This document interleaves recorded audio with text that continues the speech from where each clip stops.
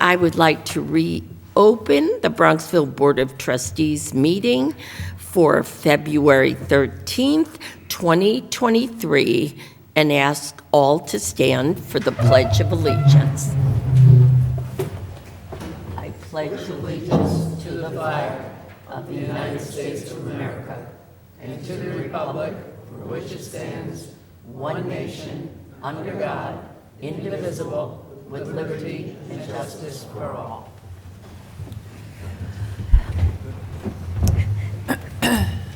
All right, we have two special guests tonight, so we will ask Ash. Can I do a quick introduction? Absolutely, Trustee Behrens. Yes, thank you. The Friends and the Village and the Friends of Maltby Park have been working on a private-public partnership to renovate Maltby Park. By way of background, Maltby Park is 2.6 acres of green grass near the Village paddle courts and on Paxton Avenue. There is a strong desire and need for another playground to supplement the Village's other playground, the only other playground at Sagamore Park. And as you know, Sagamore is on a smaller site and parking is very tight. Just by way of note, approximately 5% of the Village population is children 5 and under. Village resident Ashley Sharp, who's here with us tonight, will speak shortly, and her team have been working on the private part of this partnership. They have come up with drawings for the park. They've picked out playground equipment, picnic tables, benches, and reimagined the landscaping with the help of a landscape architect with trees and hedges and flowers, along with safety fencing that would go around the park. The equipment would be purchased and installed using the same approved vendor that we used and have used at Sagamore Park and at the Bronxville School. The Village would be responsible for the park at its conclusion, including the maintenance for the park. The Friends of Maltby Park are now in the process of receiving pledges. They are actively fundraising. The total cost is estimated to be $500,000, with a desired amount of $350,000 coming from the Friends of Maltby Park. And at that point, if they receive that, then the Village would, we're voting on that tonight, with a resolution further on in the meeting, would fund the remaining part of $150,000. And that 150 is the same amount that we are proposing for Sagamore Park renovation that the trustees are also voting on this evening. So with that, I'd like to introduce Ashley Sharp, if she could come up to the podium and give her plans, more thoughts on the plans and updates with fundraising. That'd be great. Thank you, Ashley. Ashley, I just have to say, it was amazing when you came forward to me just as a fairly new resident and said, we need another place to play, and we do, because Sagamore Park is so, it's used wonderfully, but overused, and you really just have amazing what you have done from a conversation to now reality. So thank you. She doesn't have a microphone. Oh, where's Does she need a microphone? Peter? Peter? So, Wait, Peter has one for you. Thank you, Peter. I'm loud. I'm like, it's okay. well, I think for the cable, you should wait for the microphone. Yeah. And yeah. Hello? Oh, it works. Okay, thanks. So hi, I hope that this is really a joyful part of the meeting tonight, because we're talking about something that's fun and beautiful and special with a lot of heart and a lot of soul. So what Mary has given as the introduction is all the wonderful facts of everything that has transpired over the last 9 months or so. But I guess what I'd like to add to that is just a little bit of the heart and soul behind the story, which is that I'm a resident of town. I live really close to here. I have 2 little kids. I have 2 members of my committee who came along with 2 more kids and 4 more kids. We put a committee together of about 8 families, lots of kids, and I approached the mayor about 9 months ago as a relatively new resident, and I said, you know, we've moved out here from the city. We're all used to walking into Central Park and having all these beautiful pathways for strollers and scooters and bikes and playgrounds. And And it seems strange that we don't have more places to do that in Bronxville. There aren't really a lot of public parks here. And the mayor said, I agree, I think this is a great idea, and why don't you run with it? So I sort of thought that they would all run with it, but that's not how this went. So we have a committee, and we've all put this together. And as background, I'm an interior designer, and I've done quite a few country clubs in my day. So I understand renovations and improvements from the perspective of being true to the history of places, being true to really the heart and the soul of the institution that you are working on, and also bearing in mind that not everybody necessarily shares your same perspective about how the space is to be used. What I like about this particular project is, from where I sit, I have a hard time seeing a lot of downside. For me, it's a beautiful park where people can come who live in apartment buildings and maybe they don't have a garden of their own where that they can meander among their hydrangeas. It's a place where perhaps patients who are spending time in the hospital can come and take a walk through the park on a sunny day. Somebody can come and have a yoga class. You could host a little infant music class. You could come and fly a kite. You could go to the farmer's market and have a picnic. Right now, it's an open field that's lovely, and it's right next to the paddle courts. But in our discussions with people in the community and people on the committee, it started to become apparent that what we needed was actually something that was a bit more enclosed, so that there was a safety element there. It's a very busy corner where cars kind of can come ripping around off the exits. So people thought, well, it's lovely to draw people here, but let's be sure that it's a safe environment. And therein, I think, lies the design of having the pretty hedges that go around the perimeter and a couple of points of entry by the parking lot and by the street. In contrast to Sagamore, there's tons of parking. So it's pretty welcoming and very accessible for people to be able to come, not only from Bronxville, but I think also from surrounding communities. We had touched on earlier that those of us with little kids are going into the other towns to use their playgrounds, which are great, and it's nice to leave Bronxville sometimes. But wouldn't it be nice if we had a place of our own and a place that they could all come and visit Bronxville?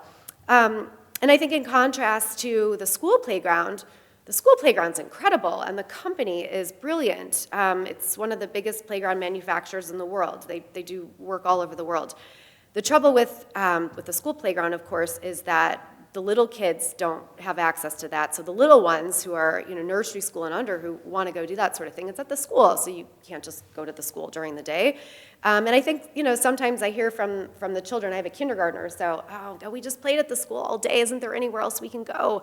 So we're addressing some of that, I think, too, just to give some variety.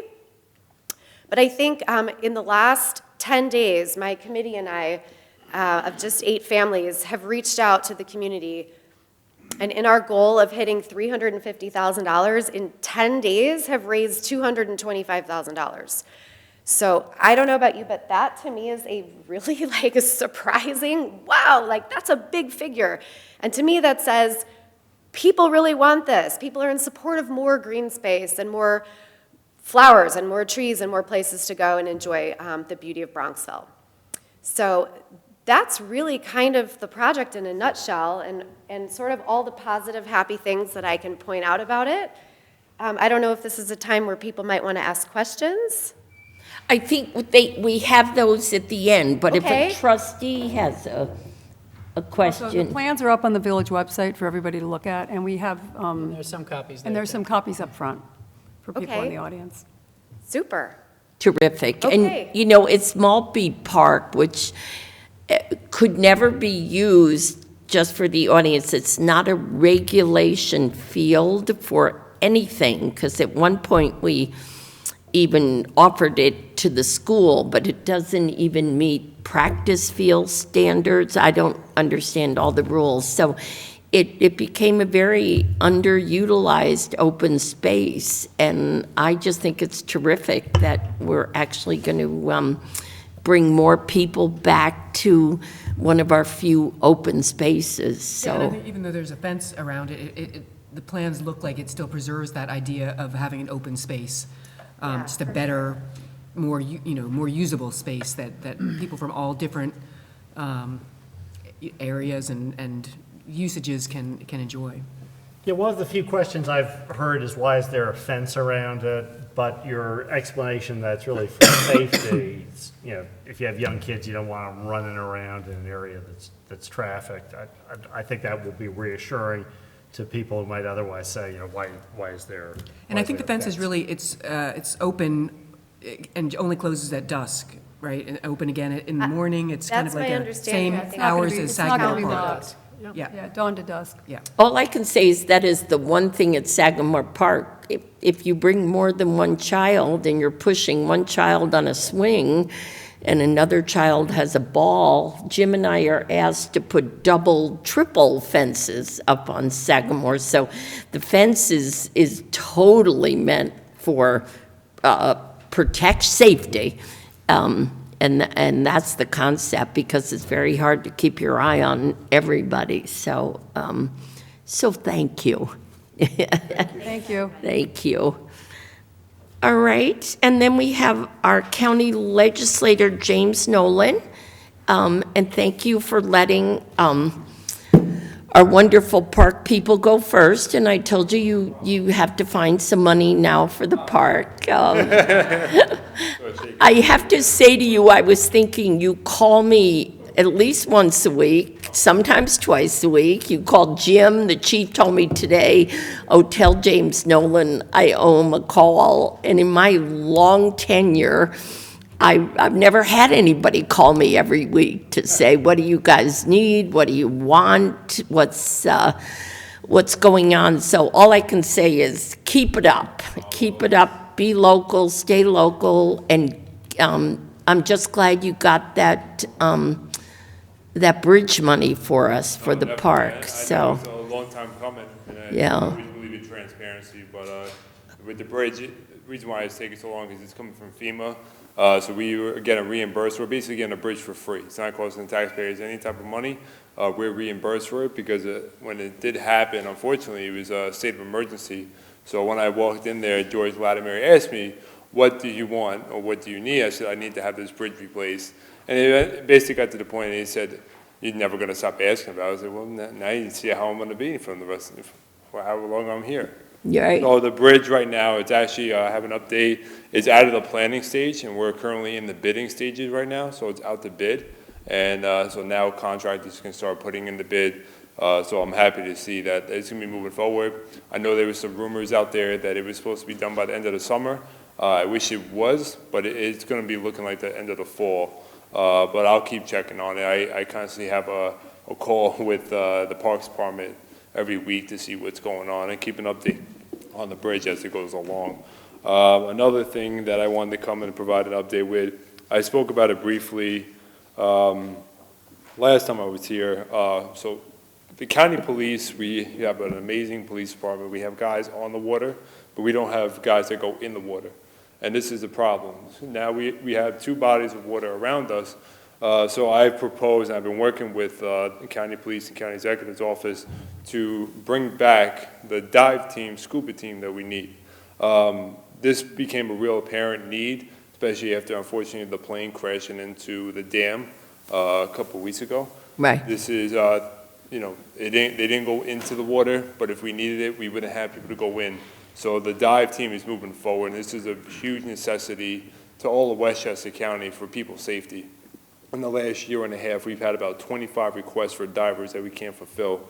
So I'm actually happy to put this forward and see this coming back. It was taken out years ago, and I'm happy that I could work with the county executive and put it forward, and it's definitely going to help save and protect a lot of people's lives in Westchester. Excuse me 1 second, just trying to open my phone to my notes. Also, I was able to, this past year in the Bronxville, in the budget, to obtain funding for Bronxville seniors and for a National Night Out here. So you guys are going to have funding from the county for those activities. And whatever I could do, please I'm no stranger, you know this, I close Yeah. all the time. Also, for the last few months now, I've seen it more and more, and becoming a new father myself, a lot of these items in stores are being locked up. So I've been working with Walgreens, CVS, and Rite Aid to help create laws to protect the stores and the customers themselves, because it's becoming a real apparent problem. And I was happy to reach out to Senator Shelley Mayer, and we're working on laws to help better the community so that these stores are not impacted, because eventually what's happening now, these stores are closing. And the last thing I want to see here is the CVS here in Bronxville shut down. So I'm happy to move forward with legislation to help protect these business owners so they don't have to suffer anymore. So there will be legislation coming that will protect many people in all of New York, just not in Bronxville.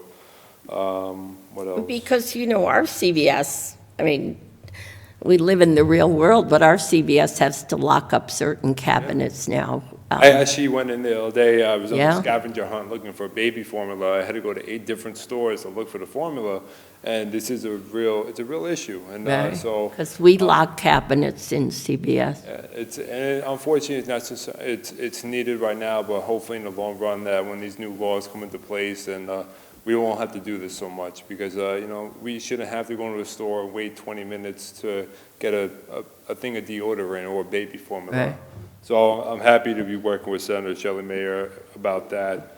Also, in Yonkers, there was a program, a homeless program called Project Connect, that was developed during the pandemic with federal funds that would bring in homeless people off of the streets. And they would provide a bed, food, shower, and then eventually we would try and rehabilitate them back into society. Yonkers is running out of funding, so they came to us. And as of last week, I had a meeting with Joyce Latimer and Mayor Mike Spano to make this a county program, because what we're seeing now is the homeless population is moving up more in the county. We don't want them out there in the streets. It's too cold for that to happen. And as the results that Yonkers had is 17 rehabilitated people that were homeless, and now we're looking to make that progressive more on the county level. I'm sorry, I keep hitting this microphone. That's okay. So I wanted to make sure that I talked about that program, and if this problem starts to pop up in Westchester County and in Bronxville, please let me know. We will make sure to do whatever we can to take these individuals and help them. They really have a need, and I'm proud to put this program forward, because when I first ran my campaign, it was an issue that was a county issue, and they were starting to go up Central Avenue more, and this is something that I take very seriously.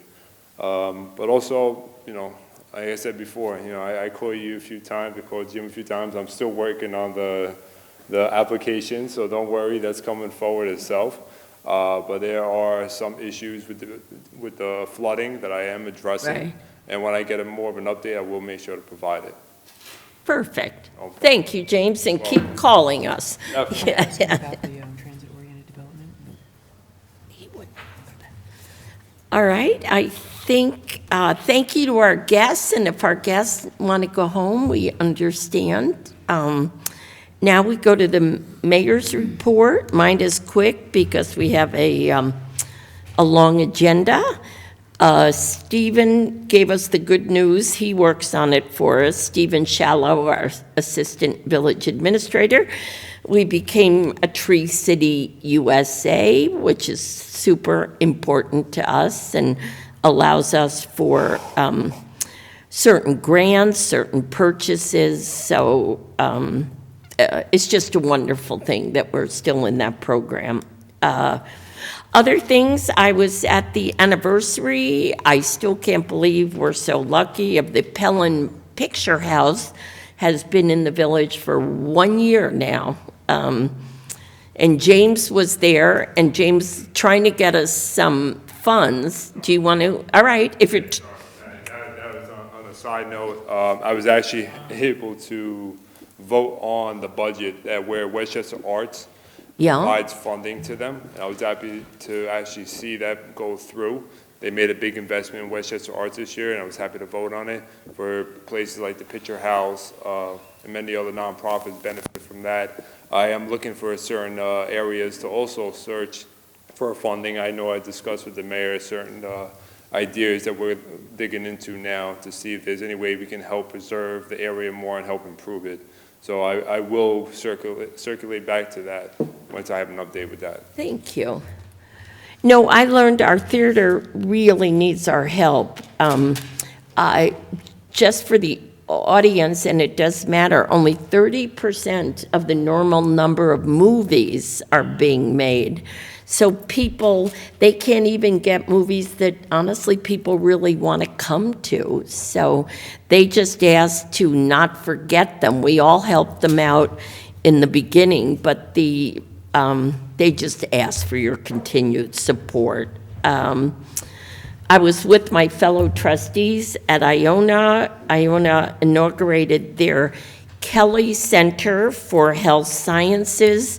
A graduate, Al Kelly, and his wife gave an additional $5 million to the $20 million that Columbia Presbyterian gave to have the Health Science Center at Iona, Bronxville. So we were there and felt very fortunate that we have Iona in our village. It's a spectacular facility, too. Oh, it's extraordinary. If you, Phenomenal job. all of us just went up there, and it kind of was stunning how beautiful it is.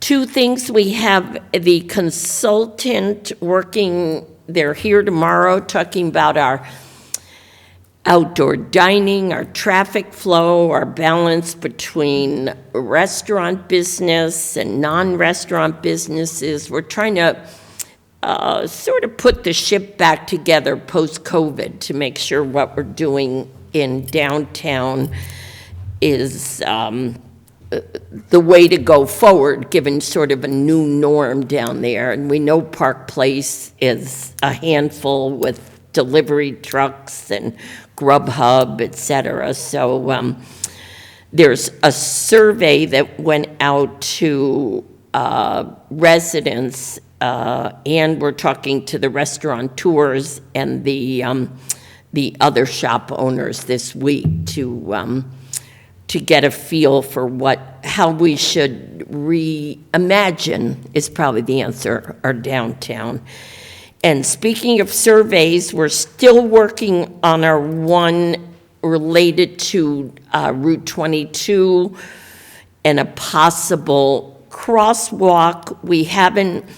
We've stepped back a little, partially because during the winter, it doesn't affect anything that we're doing. Wouldn't you say, Mr. Palmer, in terms of we're not gaining time, losing time? And I've also spent a great deal of this month talking individually to residents. There were people that were concerned that we were actually looking at ballards and lane signs and jelly beans and whatever else you call them, and we're looking at none of that. So I had to talk to, I spoke individually to probably 20 or 30 residents this month, just trying to explain to them what's not even on the table, let alone what we might be thinking of. So that hasn't, we haven't neglected that. We just want the right survey, and we want to do it when we have the right language, and that, frankly, we've shared with people what this board is, frankly, even thinking about, because some of the things out there were just non-starters. And I think that might be my, very important thing. I went to the mayor's conference with Mr. Palmer, and there is a housing program out there, Governor Hochul's Housing Compact. Just as a preface, our state senator Shelley Mayer, our Assemblywoman Paulin, the head of the local governments committee from Suffolk County, the head of the local governments committee in the Senate from Nassau County.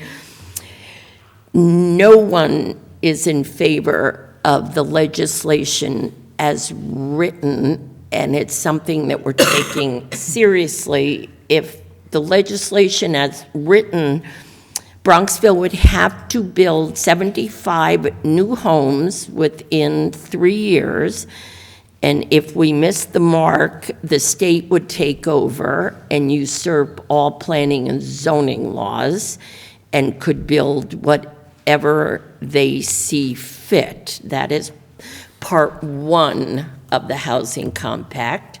Part two is what they call transit-oriented development. And any community within 15 miles of New York City that has a transit station, a half-mile radius, which is 2/3 of our village, would have to be zoned by law for 40 housing units per acre. This is incomprehensible, is all I can say. And my colleagues, who happen to be all Democrats, no one understands where this program is coming from. So part one says 75 housing units in 3 years, or the state can come in and tell us what we build. And if we were, which you are forced to rezone in the orbit, the radius around the train station, at 50 homes per acre, the village of 6,600 people would add 10,000 new residents. I mean, I don't know what other word to use, but incomprehensible. Our colleagues in Nassau, Suffolk, I talked to folks in Scarsdale, Hartsdale, Tuckahoe.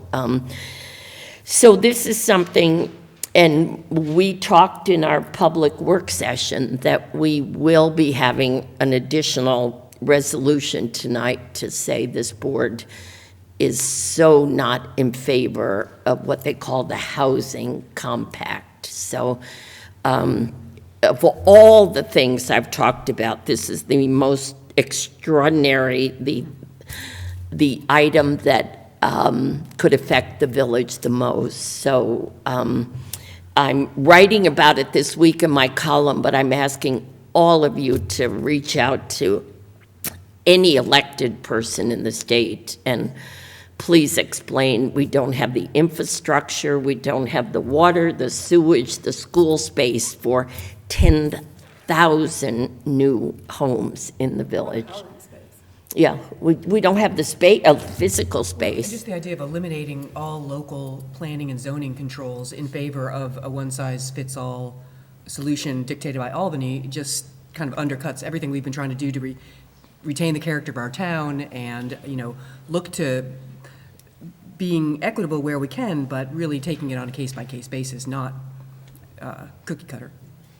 Well, and the other issue, New York is actually a home rule state, where in the New York State Constitution says home rule is sacred, meaning every municipality has the right to have their own planning and zoning laws, and this usurps the state constitution. And I think the important thing is that nobody is against the need for more affordable living for people, but this is so not, there are certain things you can be in favor of a concept, but the execution of this is mind-boggling, so. So getting ready to vote on it? Well, March 1, so we only have a month to kind of have people, I know Nassau and Suffolk counties in particular are really kind of galvanizing their citizens. And I know Scarsdale's at the forefront of this as well. So anyway, probably the most important thing I have to share tonight. Mayor, has there been any action or discussion at the county level, and perhaps James? Maybe you James, would- I don't think you are, they kind of moved right from the state to the municipalities. They don't have a county-wide number. You just happen to, it's all related to Metro North stations or LIRR stations. So it's very interesting. They've kind of bypassed the counties. Yeah. All right. Yeah, Mayor, Yeah. I'll just add that, the current zoning board chairman, while I was zoning board chairman, Paul Taft, our village zoning department, village buildings people, other people on the zoning board, on the planning board. I mean, I think it took about 3 years before you and I had a conversation back in, 2018 or 2017, to really very carefully go through the village's zoning code in excruciating detail. I mean, we must have had well over a dozen meetings, probably close to 20 meetings. Right. And then to just sort of wake up and get this kind of email that, from the state, someone says, oh, let's just, do something like this. It's really very unfortunate, and I hope that higher authority recognizes that zoning issues are not a one-size-fits-all, and that we in Bronxville are, have some perspectives that need to be heard and that we feel vitally about, because this really goes obviously right to the heart of what our village is about. Exactly, it is. Trustees, any trustee, I probably forgot something. I just have one thing to mention. Sure. So the mayor and Mr. Palmer and I attended the Chamber of Commerce's first membership meeting since COVID. First public meeting where they invited current members of the chamber and prospective members, hosted by the Picture House. So again, they're such a great local partner. And it was a real great and vibrant mix of current members of the chamber, restaurants, retail stores, service companies, small and large. So we just want to thank the chamber and the local businesses for all they've done since COVID to really keep the downtown vibrant. Thanks to all of you for shopping locally, because that is really part of what makes this town so vibrant is these great local businesses. So the chamber really continues to do great work to keep that going and stronger every day. Perfect. The mayor and I had a call today with the legislative aide of U.S. Congressman Jamal Bowman's office to discuss Bronx River flooding, and we were following up on an earlier meeting that we had last year with the U.S. Army Corps of Engineers and the New York State Department, I got to look at my notes on this, Department of Environmental Conservation, DEC, I guess, is NYSDEC. And we got them committed to getting a call with all the parties involved and the elected officials hopefully up and down the Bronx River in a couple of weeks, and we will report back on that. But we're trying to keep the ball moving, and Mary did a great job on that meeting today. Thank you, Mary.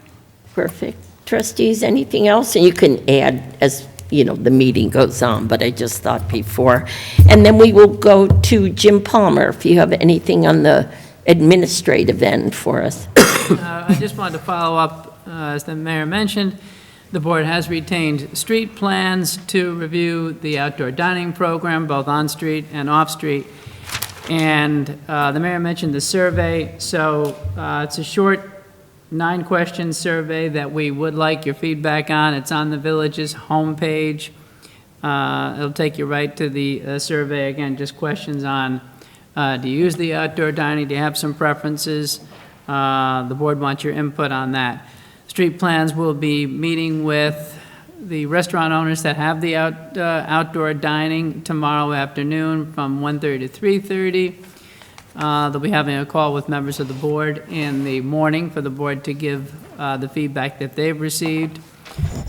And then there'll also be, street plans will also be meeting with restaurant owners Wednesday morning at 8:30 to 10:30. I think we got attendance from everyone who has the outdoor Right. dining, because, again, they wanted to hear from him. And then there'll be subsequent meetings also with the Chamber of Commerce merchants that are not restaurant owners to get their impact on how the the outdoor dining has either benefited or hurt them. But again, short survey is on the website.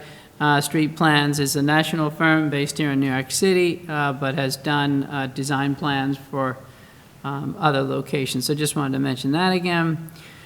Also, in reference to the Maltby Park, the Maltby Park draft schematic plan is also on the village website under our recreation page, or it's also on the village homepage under the agenda. You can see that draft schematic. It's not final, but the board will be considering a resolution tonight, as Ashley had mentioned. The plans for the Sagamore Park playground improvements are also on the village website under the recreation page. The board will be considering tonight. Replacing 2 older wood pieces of equipment that have been there for well over a decade with a new 6-month to 2-year-old play piece, and also a 2 to 5-year-old piece. The only other thing I wanted to mention is 1 month from today, on March 13th, our contractor will be commencing the construction of the sanitary sewer extension down Wood End Lane. Remember, you had approved that. So, of course, it's been a mild winter, but anyway, they're scheduled to start March 13th now, and we've notified the residents, and I've agreed to meet with the residents again on site the Friday before, but very reputable contractors, so we're looking forward to getting that done timely so we can get that road paved this summer. And I think that's it. Hey, Jim, what's the timing of any update on the Midfield, the Pondfield Midland intersection for the lights there? I think maybe I reported at the last meeting, I'm not sure, that the poles are anticipated to be in actually at the end of this month, so that's encouraging. I haven't heard an update on the traffic signals. I did notice that up in Tuckahoe, they too are again having a similar problem. They just actually had their poles installed at Midland and Winter Hill. But Right. anyway, so the poles should be in at the end of this month, then we'll put those up, and hopefully the signals themselves will follow shortly thereafter. Thank you. All right, and then we'll move on to approval of minutes from an executive work session, January 9th, 2023, regular meeting, January 9th, 2023, and then we had an extra work session, January 11th, 2023. Do I have a motion to accept 3 sets of minutes? So moved. And a second. Second. All those in favor? Aye. Opposed? Thank you, Mary Ann. Thank you. All right, new business. First is authorizing the purchase and funding of LED streetlights. Mr. Palmer, you might want to read the verbiage, but just to let the public know, this is the end of the change out to LED lights, and we're really pleased. Basically, Jim Palmer and I joke, we went all over Westchester at night looking at what other communities had done, the color, the hue, the reflection, and so far people are pleased with what we've done. So this is the final, like, part 4 of LED lights. It is. We were fortunate. I mean, you had approved last, in conjunction with the budget last year, or the capital plan with the budget, you approved the over 150 LED fixtures, and fortunately, with the weather being accommodating as it was this winter, we got all those in. So this Okay. will convert our remaining 66 LED streetlights in our residential neighborhoods over, and obviously, it's a real significant piece. And these are at a 2,700 degree Kelvin temperature, which is a very warm fixture, but will last a heck of a lot longer than what we've had out there. Basically, these are just under $200 per fixture. It's our remaining, and we're requesting use of unassigned fund balance for this since it's $13,100. Do I have a motion? So moved. And a second? Second? All those in favor? Aye. Opposed? Motion passes. Nice to finish that project. Yes, yep, weather was really, really helped Lighting out. the Village has been something we've been working on for 10 years. Yes, yeah. And the lights will last hopefully for 10 years, so. Yes. Buys us another 10. Yep, the next item is just a housekeeping item, authorizing the disposal through our Auctions International website vendor for our sewer jetter and the old police vehicles that have since been replaced. All right, pretty easy. We're lucky they went to an auction. When I was first mayor, you had to sell your things on your own, and we didn't make nearly as much money. And I think one of our state representatives, I wish I could remember, from upstate, went to a statewide auction, and we do so much better than trying to sell our own items. So do I have a motion to sell our surplus equipment? So moved. And a second? Second. All those in favor? Aye. Opposed? Motion passes. All right. And the next item is to schedule a public hearing for proposed local law 2 of 2023, which would amend section 310 of our zoning code. And as I mentioned in our work session, this would be for the purposes of some changes to the design review committee and how sign reviews are currently reviewed and approved by the design review committee and planning board. So specifically, we'd be increasing the permanent members on the design review committee from 3 to 5. And then an effort to help expedite approval for sign review and approval, we've inserted language that will allow the design review committee, since in its advisory body, to approve signs unless the planning board chair determines that he wants to review the application within 5 days of receipt of the recommendation from the DRC. And this is important because, again, the DRC is an advisory body. These applicants would look for a sign for downtown. They're trying to open up a business and would have to wait an additional month to be able to get on the planning board approval. So, but the design review committee has always does a memo, makes a recommendation to the planning board, and now the planning board would accept that. So that's the principal change. Also, just allowing some flexibility for sign applications for institutional uses, that the planning board would be able to, quote-unquote, modify sections of the chapter on a case-by-case basis as they deem appropriate. And expand the backgrounds on folks that would point to the DRC, correct? Yes, yes. All right, so it's just a motion to schedule a public hearing for our March 13th meeting, correct? Do I have a motion to schedule? Could I just Yes. make a motion to amend the language that we're going to propose, as we discussed in the work session, council? I thought we were going to have. Okay, I didn't, sure, yeah. Yeah, just Okay. if we could just do it. I didn't draft the language. Yeah, well, just for present purposes, instead of saying modify, the planning board is authorized to modify the foregoing provisions, just amend that to say the planning board is authorized to modify the foregoing design criteria, just so that if we have that as the interim working draft, which I think more plainly expresses what we wanted to. Understand. So with that modification, I would move the scheduling of the hearing. All right, and I will second it. So all in favor? Aye. Opposed? Motion passes. And we are making sure that we're inviting all the DRC current Yes, members. I to give will their send a copy of feedback that, and, yeah, 'cause I think their the draft. input's going to be really important for this. All right, and our usual authorizing our tax lien sale for 2022, 23. And I just think it's important to note in the village that we made a joint concerted effort that if someone's taxes aren't paid, we call you, we email you, we try to reach out for you, because the last thing, the penalties, which I think are quite severe, are state mandated. And so we don't want anyone in the village.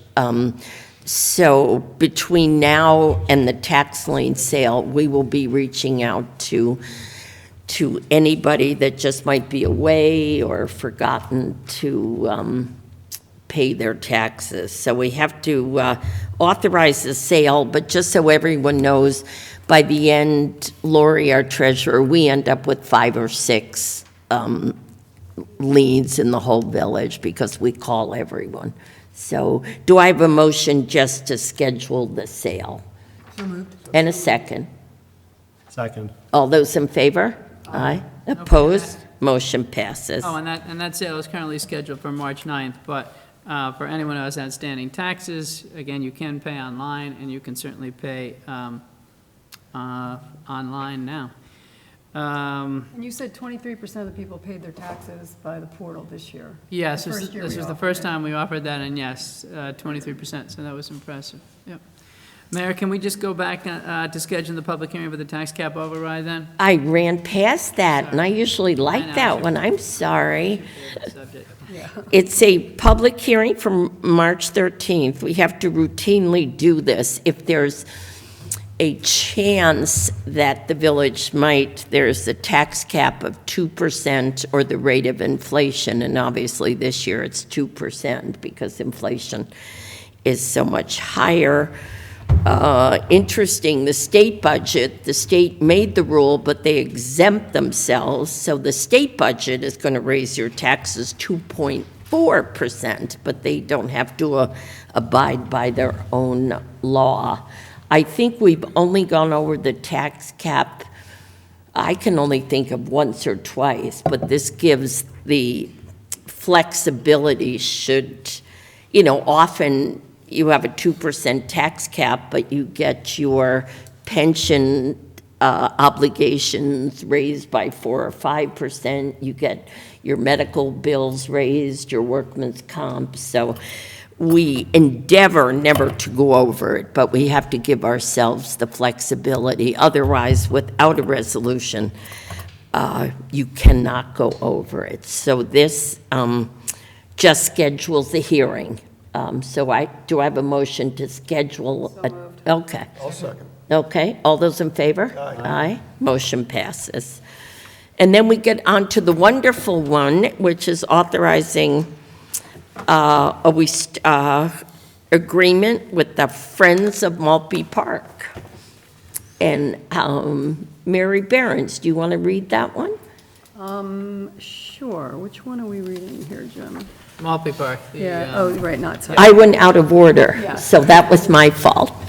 Well, we would like to have a resolution that basically if the Friends of Maltby Park raise or have pledges to reach $350,000, then the village would commit $150,000, not more, but $150 capped, towards the equipment and the park improvements for Maltby Park, as we talked about earlier in the session, and whose plans are posted online, the draft plans. They will be continue to be refined as we work through it. Subject to a few things. Do you want me to read them all, or you? No, I think, But of course, yeah. environmental. Yeah, Right, and of course. There will, of course, be an environmental review. That's probably the, As would be standard with. right. this. And I think we still have the full terms and conditions to agree on, to be written up by village council to make sure everybody's in agreement on the details. Right, but we're authorizing the mayor and the administrator, Jim Palmer, to execute that on our behalf with our comments after they've been drafted. Perfect. Would you like to move it? Well, just, Yeah. is there anyone in the audience who would want to say anything about it, pro or con? I mean, I know that they normally have. Well, we time can't, if I went out of, we that's have to fine. kind of follow the Roberts rules because it's not a hearing. So at the end, if somebody wants to talk about it. Yeah, my guess is if anyone's here, it's probably only to speak in favor of it, but that's fine. Okay, yeah. I just want to, after going to the mayor's conference, I've learned you have to follow just protocol. And so people can speak on this at the end, at the, Yeah, and just to clarify and further to trustee Knapp's comments, I think we had talked about that once pledges are made and banked, the village will put in $150,000, but I think that we understand people's pledges are people are going to make good on their pledges, and we'll have a mechanism for doing that. Right. And right now, the village is just accepting pledges. Right. Not actual money, until we reach the 350. And then we'll ask for the money, and then we'll fund our 150. Yeah, no, it's great, and thank you, trustee Behrens, for all the work you've done. I know the mayor's Yes. done on this. It's fantastic. Really, the Friends of Mulpe Park have been. Yes, phenomenal. thank you. all for all Thank the work you. you put into it. All right, I will second it. All those in favor? Aye. Opposed? Motion passes. And on the same idea, it's to resolution authorize funding for the improvements we need at Sagamore Park, because that wonderful little pocket park is so used that the equipment, it's long overdue. So this is $150,000 total to. Right, and you've already authorized 100, but again, it's expensive equipment, so this resolution will authorize an additional 50,000 from unassigned fund balance, so for a total of 150,000 for the project. Perfect, and we wanted to do it in parity, fairness, fix our one park and donate to our new park at the same level of commitments. So who would like to move that? So moved. Helen, yes. Helen's worked so hard on Sagamore Well, Park. and Jim and the neighbors also have been really helpful in terms of giving their feedback on the type of equipment and the configuration and the age groups that use the park. So thanks to all those neighbors and residents who helped. And I need a second on the Sagamore. Bill, you second? All those in favor? Aye. Aye, opposed, motion passes. And the next one, and I see some of our Green Committee members here, this is just to a little bit professionalize, codify our incredible Bronxville Giving Garden that was honestly started by resident Mary Liz Mulligan, and Mary Liz was actually honored by the Rotary Club and asked the Rotary Club to give all proceeds to the Giving Garden. And just so all of you know, I think it's Jim and I figured out for 7 years, we have given over 350 pounds of vegetables from that little garden to the Mount Vernon Soup Kitchen and the Tuckahoe Community Action Program. And it's all done by volunteers. We have Farmer Dave, who lives in the village, who's also a musician on the Book of Mormon. He gets all the musicians. It's a wonderful thing. And that little garden has given our neighbors, and it has cemented such incredibly good relationships with our neighbors in Mount Vernon and Tuckahoe, because all they ask for is, the food pantries are terrific, but they have to have food that can stay on the shelves, which means it's canned or boxed or salted.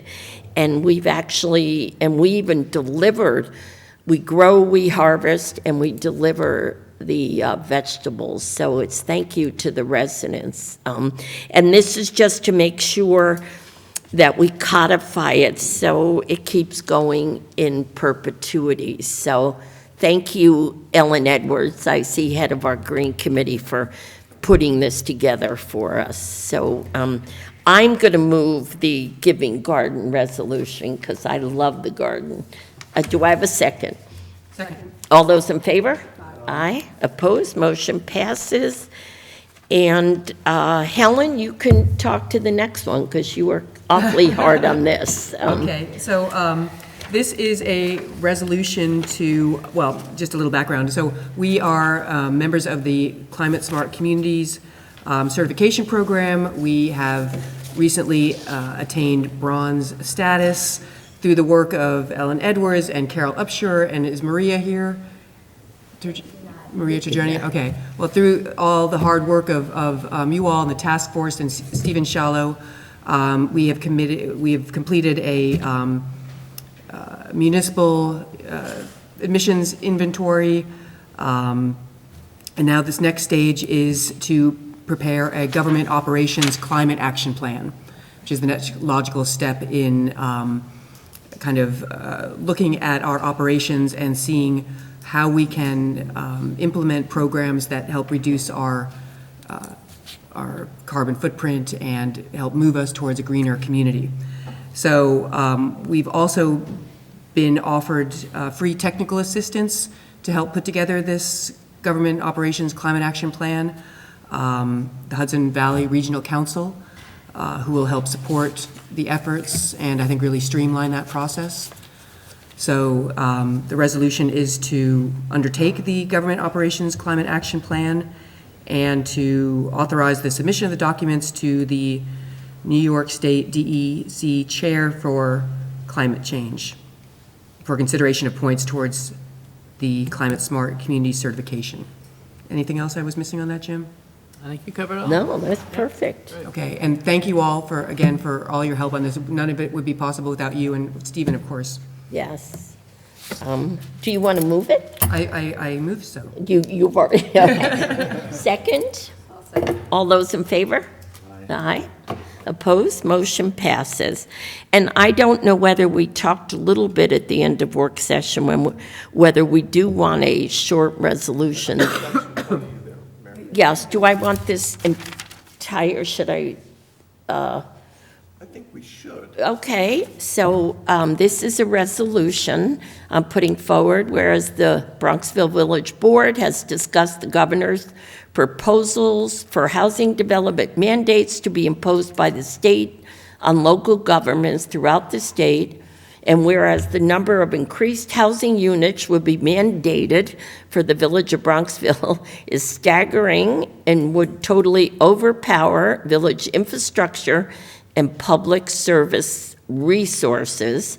Now therefore be it resolved by the Board of Trustees of the Village of Bronxville that the village board requests that any further process or action on these proposals be suspended until a transparent collaborative process can be conducted with the meaningful participation of elected officials of the Village of Bronxville and all other local governments that are also affected by the proposed mandates.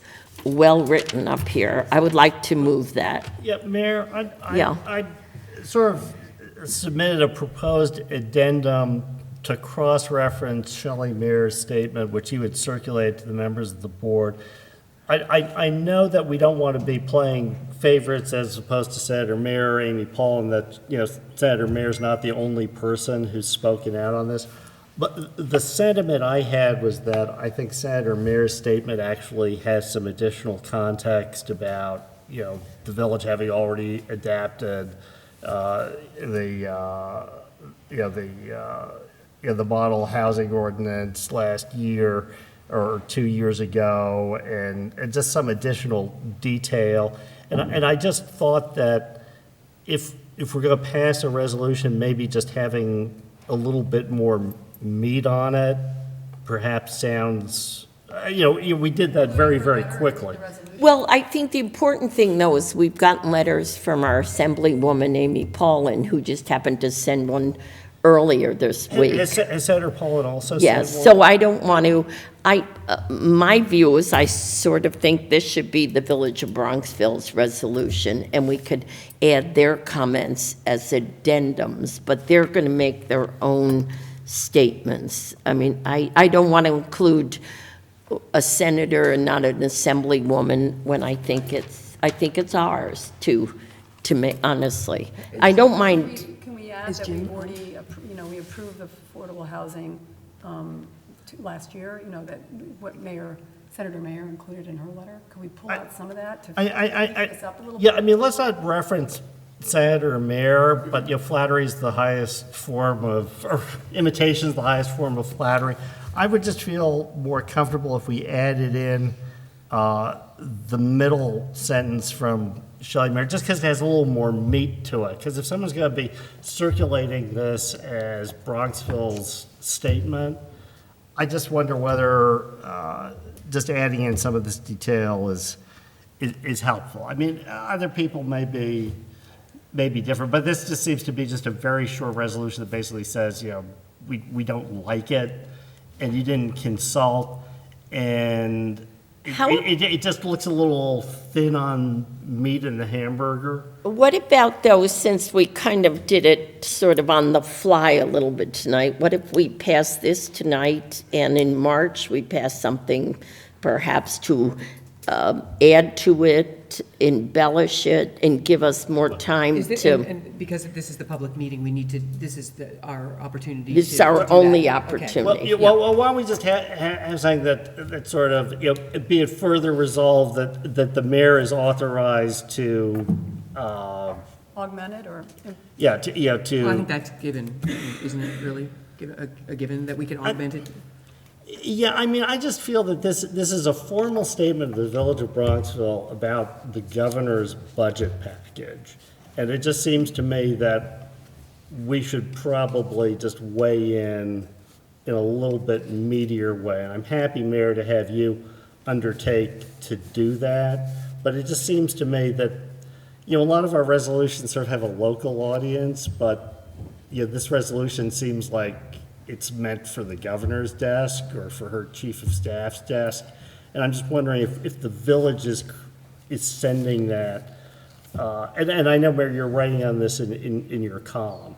I would just, I'm happy to go ahead and pass it, but I think, Mayor, if you're willing to undertake it, I would be very much in favor of us sending something that's beefier All right. to the governor. I mean, that's my You're concern. in opposition. Yes. Yeah. How about if we pass what we kind of agreed on a little bit on the fly with the thought that we will add to it? I don't disagree with anything you've said. I think we're all in the same spirit. Yes, yes. Is there one sentence you have that would be beefier? It's hard to do it on the. It's fly, hard but- to do it. Yeah. What if we pass this tonight with the thought in March we would add to it? We could even have a special meeting. Maybe, Yes.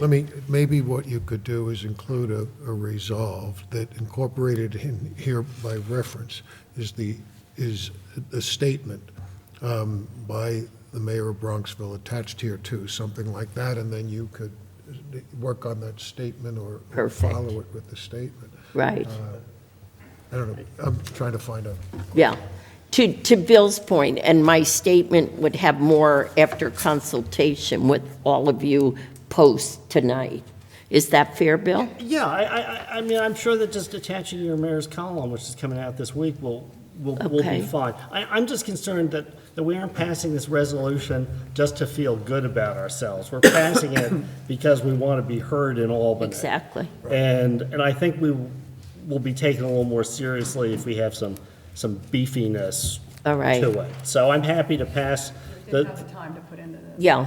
Why don't we pass this with Counselor's idea that we can have an addendum to our passage? I agree with How's that? That sounds reasonable. Bill? yeah, no, that's Okay. more than Bill, thank you for Yeah, your comments. yeah. This is in my 18 years as a trustee, this is the biggest threat to the quality of life Yeah? in our village that I've seen. So this is really important, so thank you for your comments on that. No, and I would agree, and we need to, get all the political support we can from our representatives and senators to, Come out against it. Yeah, yeah. Perfect. All right, Bill, why don't you move it? so moved with the further proviso that,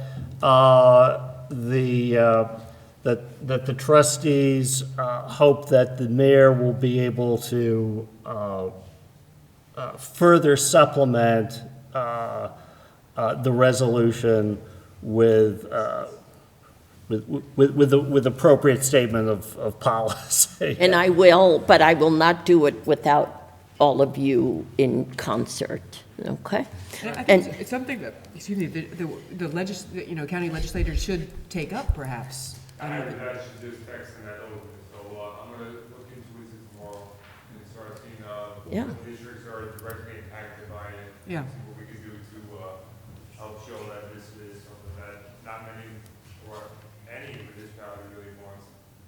So I was actually like, just texting it over now. Okay, thank you very much. Yeah, thank you. Even though the county is sort of bypassed, we could certainly use your help. Yeah, because they were bypassed. Yeah, Copy of the resolution over to my office, please. okay. All right, we need a second then. I will second it. All those in favor? Aye. Aye, opposed, motion passes. And just, I think this is, just thank you to all of you for, I think this is a really important thing for us to be doing. Yeah, I And did, I'm so pleased that we're all of a similar mind. yeah. Yeah, unified. Well, it helps, I am on, I do believe in the sort of cooperative. I've been involved with the Mayor's Association, and I am on a housing committee, so this is very near and dear to me, so, And we never saw it coming. no, we never saw it coming. So, it was actually in her address, it was in her, what do you say, State of the State address, so it kind of, no one saw it coming is the answer. All right, trustees, any other comments before I open it up to anybody here tonight who wants to make a comment on any subject? We just ask, we do have a 3-minute rule, and we just ask that if you would please stay within that and just perhaps give us your name when you come up. Trustees, anyone else? No? Then I will open it to anyone who would like to talk on any topic. Margaret Major from the library. We do the timing? Yes. I got it. Okay, you time So she can see right here. it. Yeah. And I do have to be, just so everyone knows, I have to be very careful, because understanding the mayor's rules, we cannot let one person have 10 minutes, someone else have 3. It's, the important is that we conduct a meeting I understand. in complete fairness. I That's get it, all. Mary, we understand. Thanks. We actually have 2 topics and 2 speakers, so. Perfect. I hope that's okay for. That sure A is. couple of minutes for each of us. Yeah. So, okay, so I'm Margaret Major from the library, and I am the president of the Library Trustees.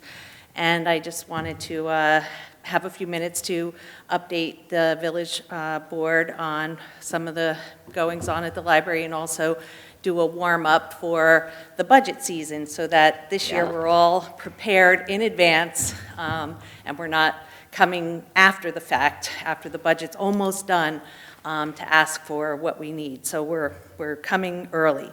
I'm happy to say we met with Jim and Lori on Friday and had a very good meeting with them. So he's already aware of what I'm about to say. But so first of all, I'll start out with some great news updating on the library. We're happy to share with you that the Library Journal, which is a national publication, once again named the Bronxville Library a star library for the 5th year in a row. So, and that is based on being a top performer in circulation, programming, and public visits. And we had been the only library in Westchester named in this prestigious survey for the past 5 years, but this year we are joined by Ardsley, so we're happy to share that with you. And I heard the mayor say that, we would like to see our residents support our theater, but I'll also share with you that our programming in the library is extremely successful, and it is funded by the Friends, so thank you to them for that. And our movies actually get really good attendance.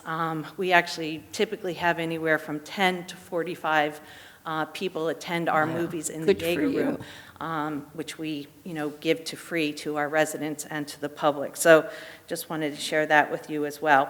So as far as our budget goes, this year we are going to be looking for something around a 6% increase, which actually is below CPI, which is currently running around 6.5%. And that would translate into approximately a $90,000 increase, of which, just so you're aware, $72,000 of that is for heat retirement from New York State, the number that's already been given to Lori and Jim, and our by contract wage increase. So you know that last year we actually went into a new contract with our labor. So, so those 3 things add up to $72,000. So that leaves us with $18,000 out of that 90, of which we're asking for $5,000 for books and ebooks, which as we discussed last year, is the fuel for a library. That's what makes us great. That's what allows us to get a star rating from Library Journal, and allows us to be one of the best libraries, not only in Westchester County, but in the nation. And so just wanted to let you know that the other 13 remaining thousand, okay, see the 3 minutes, would have to cover all of our building maintenance, repairs, supplies, cleaning, lawn, and IT services. So our library director, Greg, does a fabulous job managing every penny over at the library, and we're not asking for a dime more than we need. So we'll be talking to you more about that over the next 2 months. So thank you so much for everything. Thanks for coming, Thank Margaret. you. By the way, what you're doing is fabulous.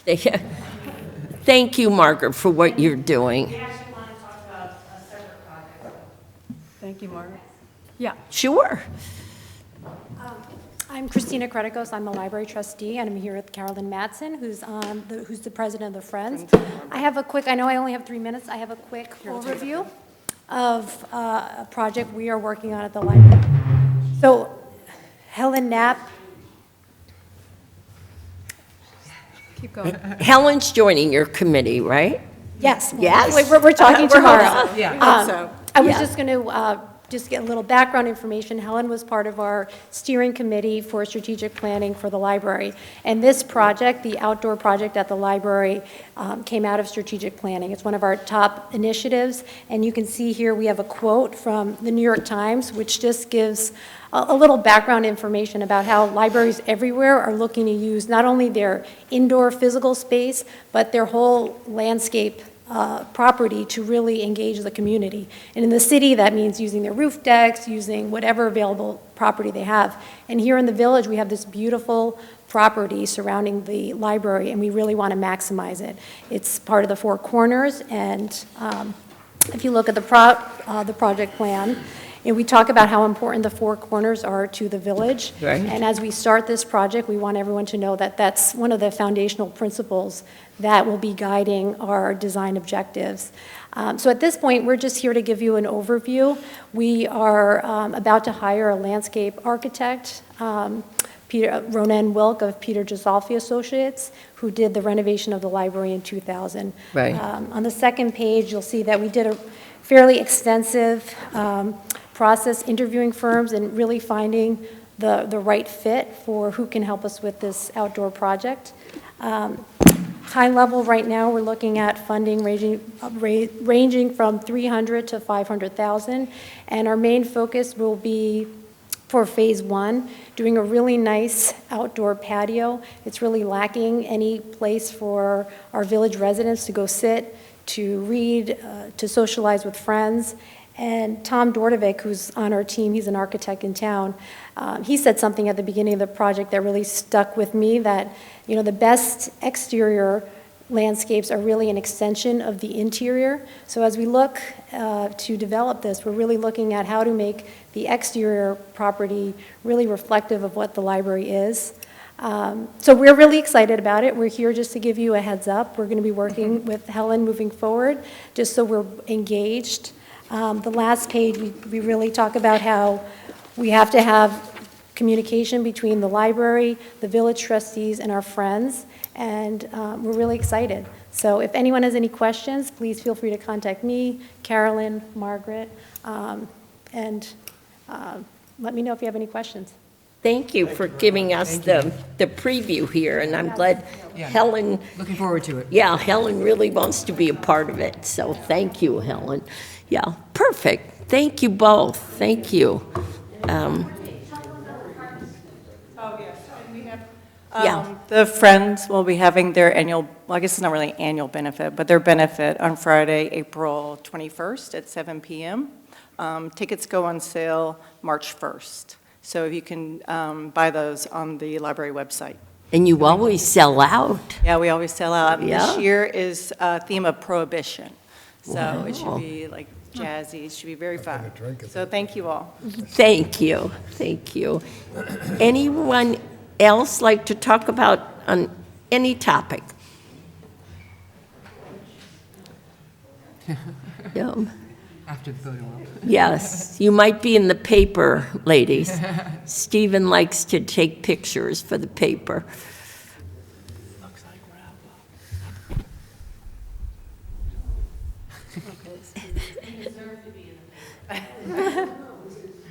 We can take one and send you one.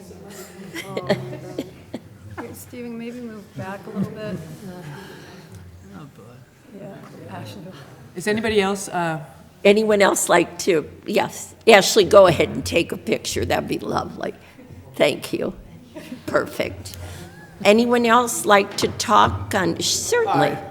I'm Ed Riley. I live at 7 Oriole Avenue, and I'll speak very quickly.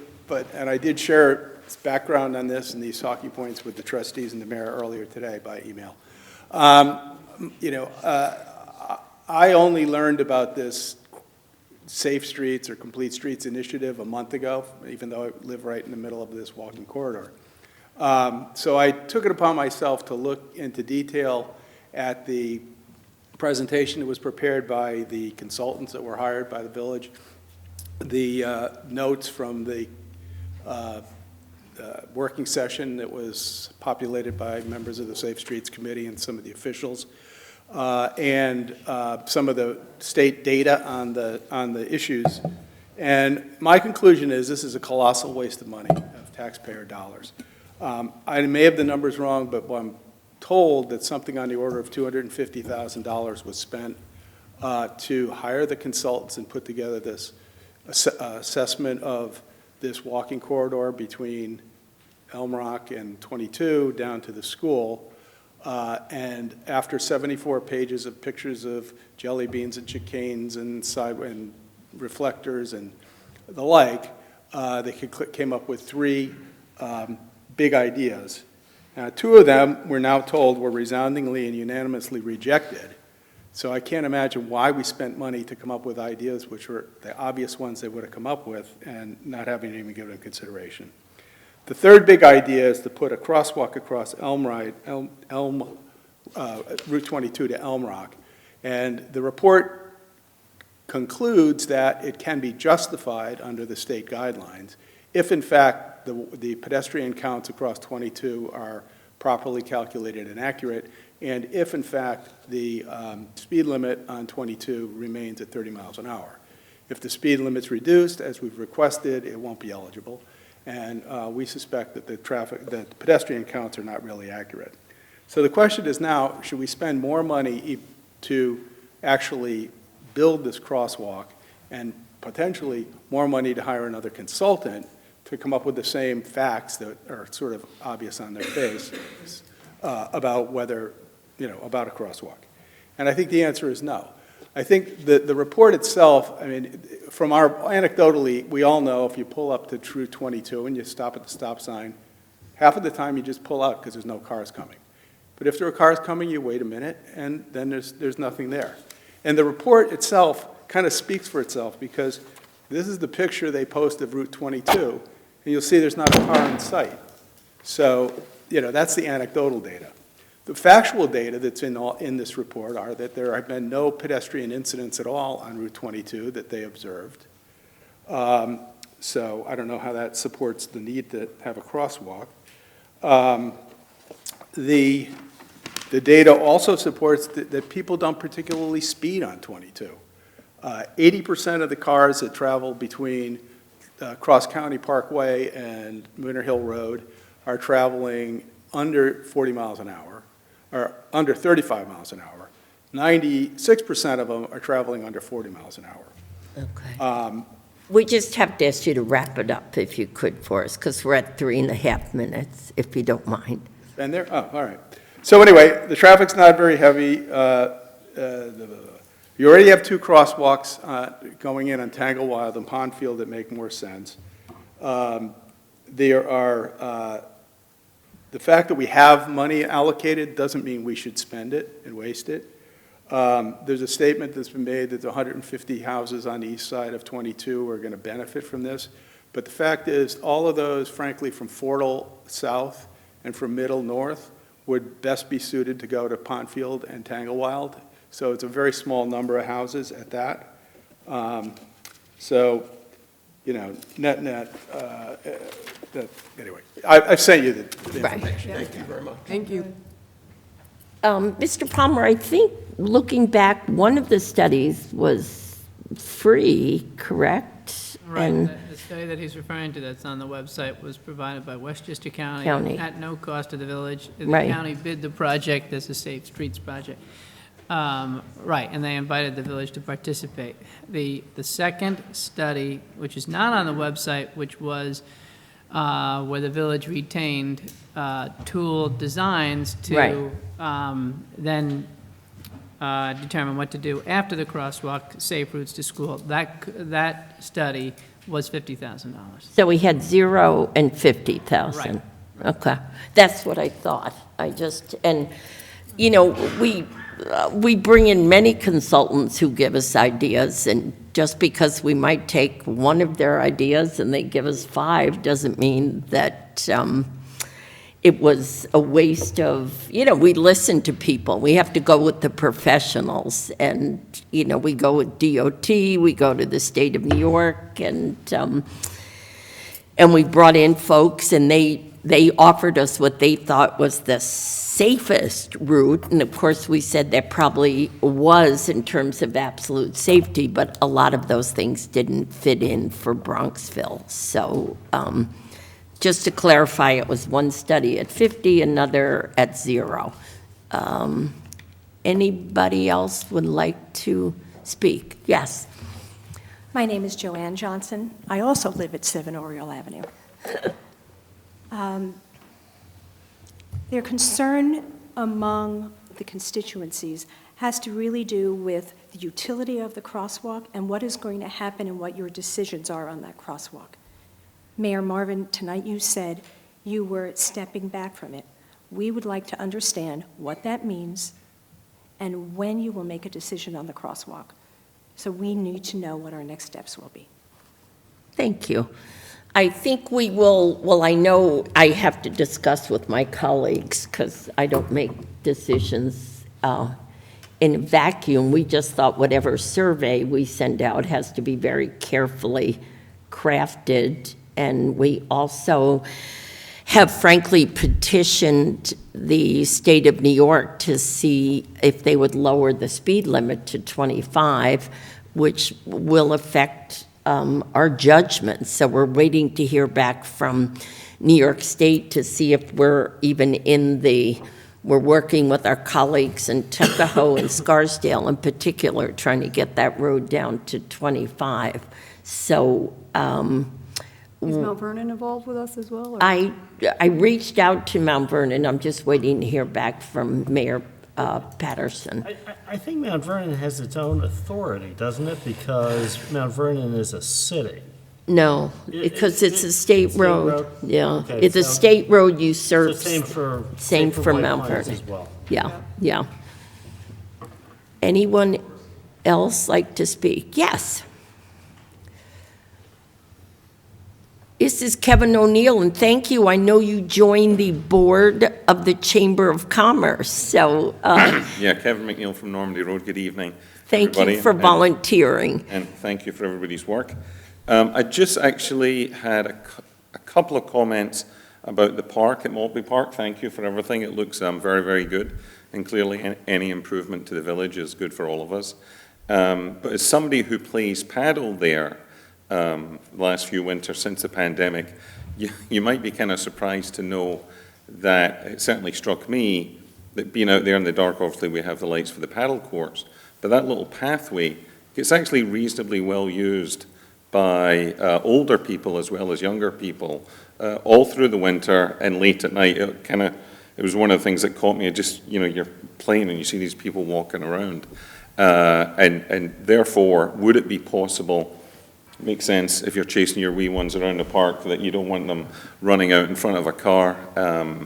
But would it be possible if we have the gates, that the gates just don't get locked?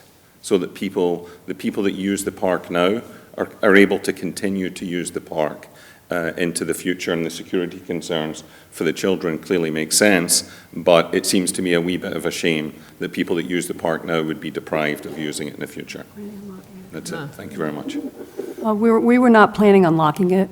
No. Okay, great. Just at So, night, just yeah. at, No, but, not at night, yeah. no. No, it's not locked in. Dawn to dusk. No. Well, No, right. that's gonna, but- it closes, but Right. we're not actually, we're not having padlocks on the gates. So people could go in there at night. They could, yes.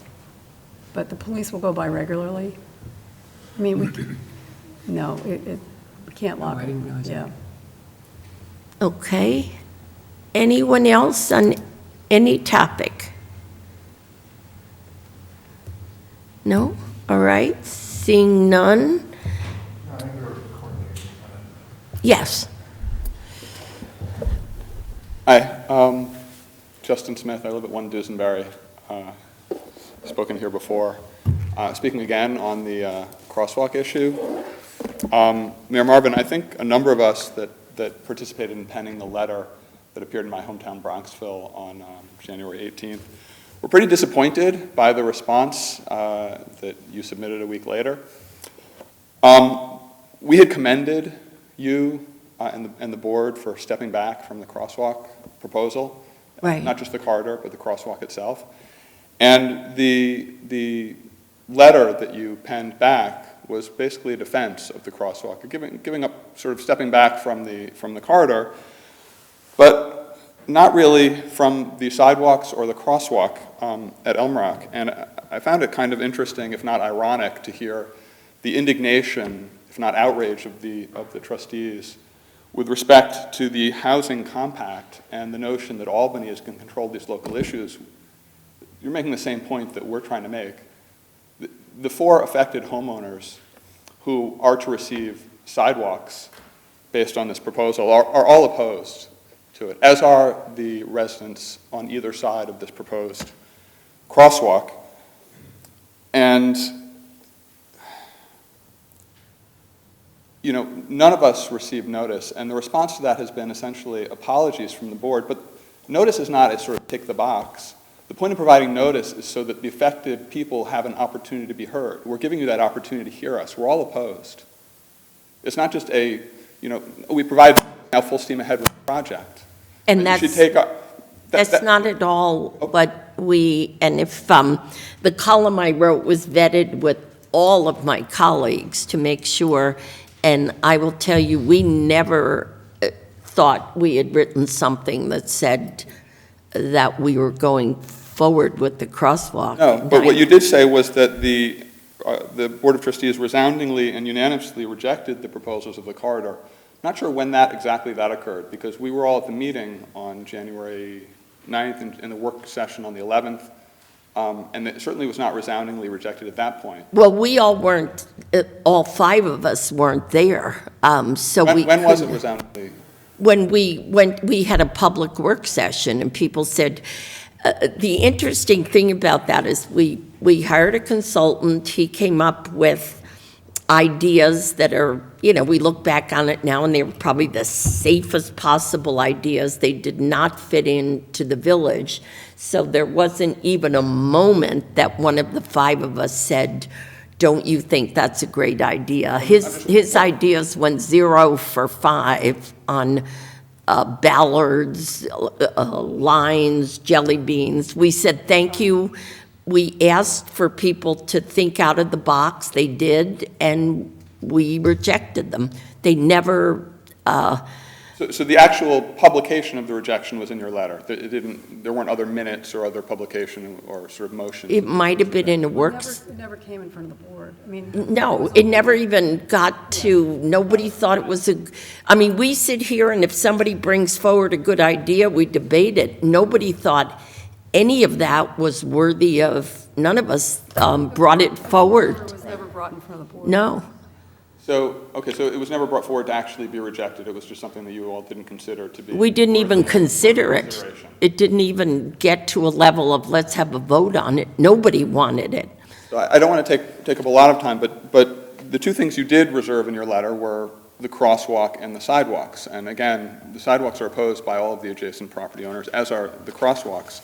And the way that you framed the issue was one that we had discussed in meetings. And you framed these 3, as you called them, seminal questions. The first being, is there a crosswalk to be considered between Pondfield and Tanglewild. And as we discussed, that's not really the right question. The right question is, should there be there's no crosswalk whatsoever in Bronxville south of Concordia, Iona, all the way to Mount Vernon. There's not a single crosswalk. So why would we limit it to between Pondfield and Tanglewild? As we've discussed, the most logical place, the number one most logical place is at Pondfield. The second most logical place is at Tanglewild. So narrowing the question that way frames the result of yes, a crosswalk belongs there, when at best it's the third best alternative. The second question that you asked... I respectfully disagree on that, but please keep going. Do you think that a crosswalk is better at You know Elm what, it's not a Q, just offer your opinions, because I'm not supposed to have a Q and A. Yeah, I'm sorry, you go ahead. The second question that you said is, if so, is there sufficient demand for such a crosswalk? That's again the wrong question. It's not the question of whether there's demand. The question is whether the benefit of such a crosswalk exceeds the costs. And as far as we can tell, you haven't accounted for the costs. You haven't accounted for the costs on the adjacent 4 property owners who would receive sidewalks. You haven't accounted for the costs to the people that don't want the crosswalks on either side. So again, it's the wrong question. The third is, what's the ideal placement for such crosswalks? And that's the right question as long as the question includes all of Bronxville. I'm sorry. Thank you very much. It's well over 3. I'm sorry. A lot of my time was actually taken up by a board, and as I said, this was the last point. And I think the point there is Pondfield and Tanglewild are the best places. And if you want to put a sidewalk, one could go right down Tanglewood adjacent to Iona without affecting a single Bronxville resident. Thank you. Thank you.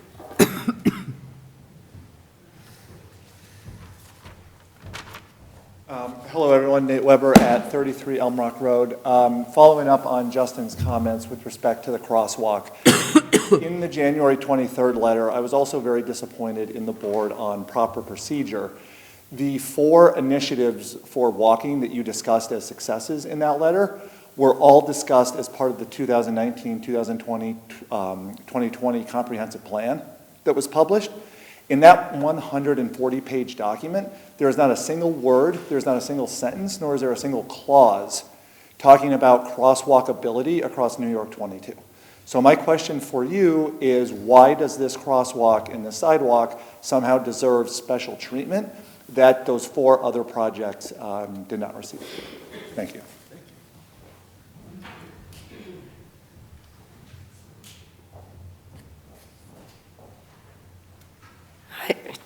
I actually don't have much of a voice today and was not going to speak today, but I do also feel like I signed that letter and we talked. Oh, sorry, Kristen Smith, 46 Elm Rock Road.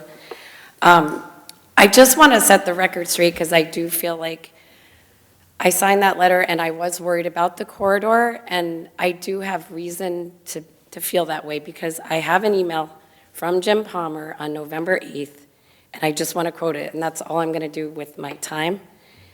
It says, in an effort to further designate a safe pedestrian corridor to the Bronxville School, the village is considering adding a white stripe 5 feet parallel to the southerly curb to demarcate a 5-foot wide pedestrian-only walking area along the south side of Elm Rock Road between Route 22 and Lee Place, and also designating the demarcated area as a no parking zone.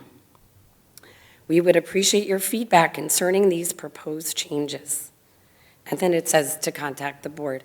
So I just want to say that to the world, I did not make this up, and I felt that to say resoundingly rejected when none of us, we've all been coming to these public meetings since November when ground broke on our neighbor's property without their knowledge for sidewalks. And so I just feel like we really do want to know when it was resoundingly rejected in a public hearing. We don't remember that.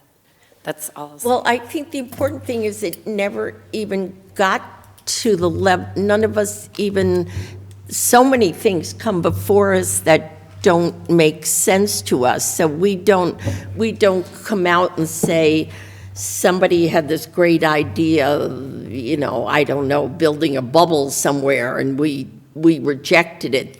These ideas to the Board of Trustees never even reached a level of conversation, because none of the five of us were interested in any of those things. So, not for me. Yeah, Mayor, let me just clarify, just so the record is clear, because I think we all want to be transparent. I think the mayor is being absolutely transparent in terms of where the trustees are today. There was a suggestion from the consultant of having a pedestrian corridor and having a no parking area. I remember when this was sort of first discussed in a substantive way with the consultant, I said, do you think this needs to be 24/7? I mean, maybe I could see an argument for like school hours in the morning for an hour and a half from 7:30 to 9, but 24/7 on Saturdays, on Sundays? They said, well, from a safety perspective, that's what we would recommend. And I recall pretty correctly saying, well, I can understand, to the mayor's point, that might be the maximum from safety, but I don't think you're going to get a buy-in for 24/7. So, again, it never advanced, as Trustee Barron's said. And just because a trustee, because a trustee suggests, I was going to say because a consultant proposes something, doesn't mean that we pre-approve everything in advance that a consultant may come up with. So I just want to be clear on that. I mean, I would have said, okay, what are the pros and cons for having maybe no parking for an hour and a half?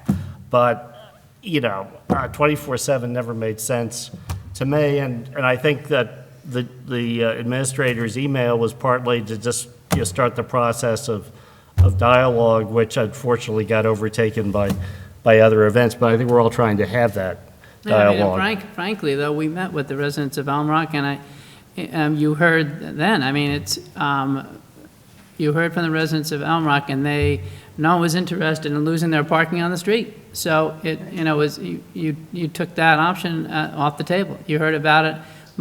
Subsequent to that, at other work sessions, we talked about it again 2 days after the previous board meeting on January 11th, and nobody wanted to lose parking. Nobody wants driving in front of their home, so it was a moot point. It wasn't something that, if the village ever did go to put no parking on, it would, our village code requires that the village hold a public hearing and amend the vehicle and traffic chapter of the code. And following that email that went out, it was, that was the impetus for having the meeting with the Elm Rock residents. Absolutely no one wanted it. I shouldn't say that. There were one or two emails that were received following day of people that supported it, but overwhelmingly they were against it, and they presented that to us at the meeting, so it was off the table.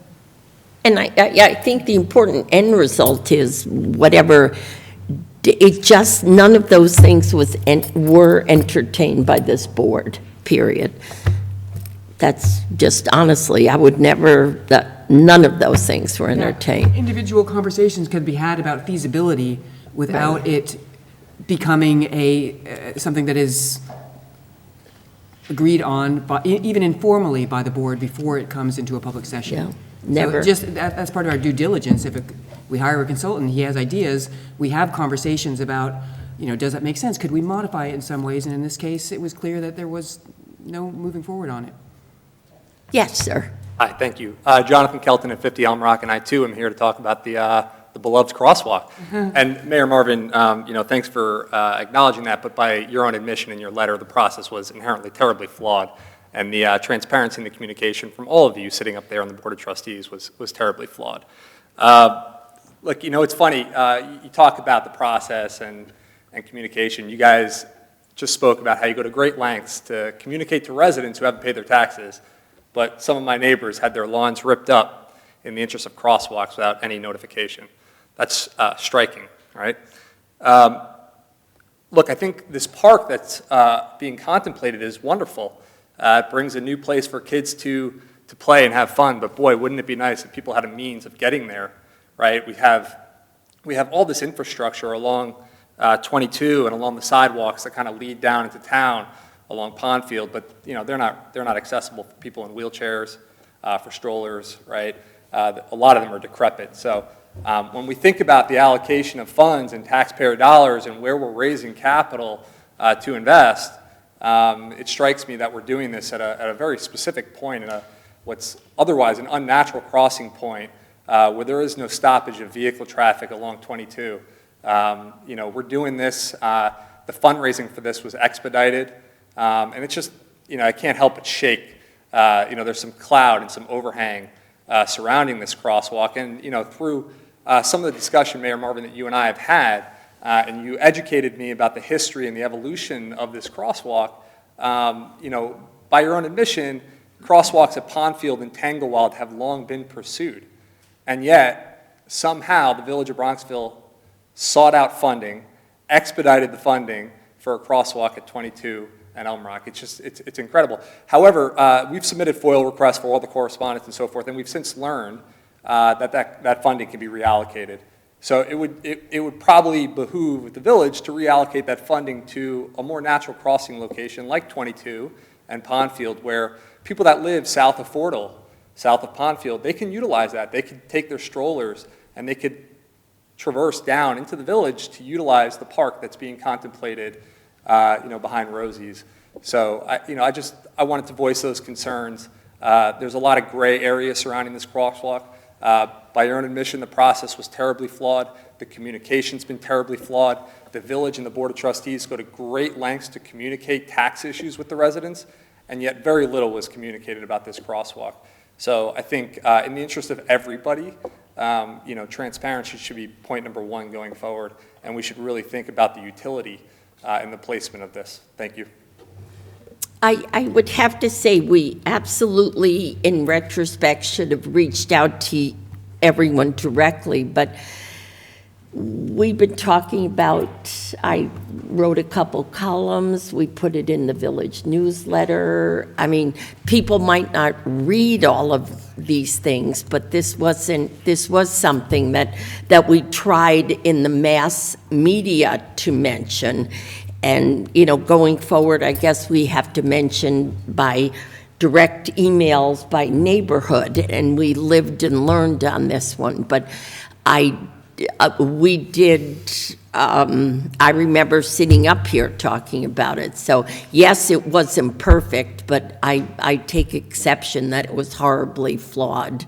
Mayor, let me just briefly add, look, what has been flawed in the process, as the mayor just said, is we didn't get everyone's ideas at an earlier stage, which is always desirable, because you don't want to have to go back and sort of say, oh, gee, we need to go back and let people be heard again. And that's what we're trying to do. But in terms of the question, it's incredible how this suggestion came up. It was brought to us by citizens and who mobilized and who had an idea. It made a lot of common sense to a lot of people. And there are a lot of people who have signed, petition, who support it, particularly on the far side of 22. And what we need to do as a board, and I think as the mayor and trustees have made clear, is we're going to get additional information. There's going to be a further hearing. I got an email today saying, is this on the agenda from someone who I know is a proponent? I said, I don't see it's on the board agenda, but people are always free to come up. But, I don't think we want to be fair to everyone who has a dissenting view once they see what's on the table and what is not on the table. I think the mayor's tried to clarify some things like jelly beans and whatnot and no parking are not on the table. But I think we have to be fair to everyone in the village, including people who are supporters, and we're going to try to hear everyone's views, get additional information, and make a good decision. And, I've read all the correspondence that comes in. I just want to say that, we're hearing of a particular constituency tonight. I know that there are a lot of other people on the other side as well, and I think we're going to try to be fair to everybody, or at least I'm going to try to be fair to everybody in the end. And I certainly thank everyone for showing up at this meeting tonight to express their views. Every citizen's welcome to show up and express their views. Anyway, my apologies, Mayor. And just a clarification, the important part is we have to do whatever DOT says is legal, because we can't put anything anywhere because we want it there or more people want it there. And I'm not sure Senator Mayer's funding is fungible, but we have to wait regardless if it even is. We have to, if the state doesn't want to proceed on a crosswalk at 22 in Pondfield, doesn't matter how much money we have or don't have, it's a state road. And the state has yet to act on both of those corners, the Tangle Wild. So we take our direction, it's a state road, we take our direction, we have to take our direction from the state of New York.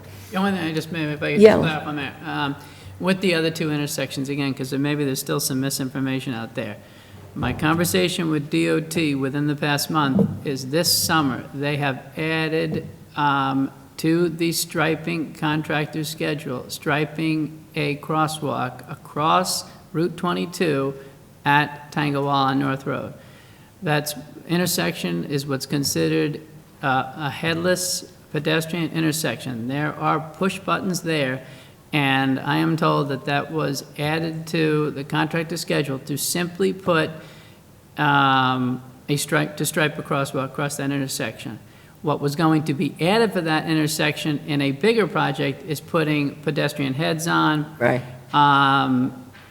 And that's a bigger project. But this summer, they will stripe a crosswalk. In regards to Pondfield and 22, a really rough sketch of a crosswalk at that intersection was sent to me. As I previously said in the meetings, right now they're scheduling that work along with many other crosswalks for Lower Westchester for next year, for 2024. So it's in what they call the design stage, where they're going back out to measure the state right-of-way, because that location will include pedestrian heads in addition to crosswalks across Northway, across Pondfield, and across 22, and back over. So it'll be a full striped crosswalk, but also with pedestrian heads and handicap ramps. But I think there's still, so again, they're working on that one. The design takes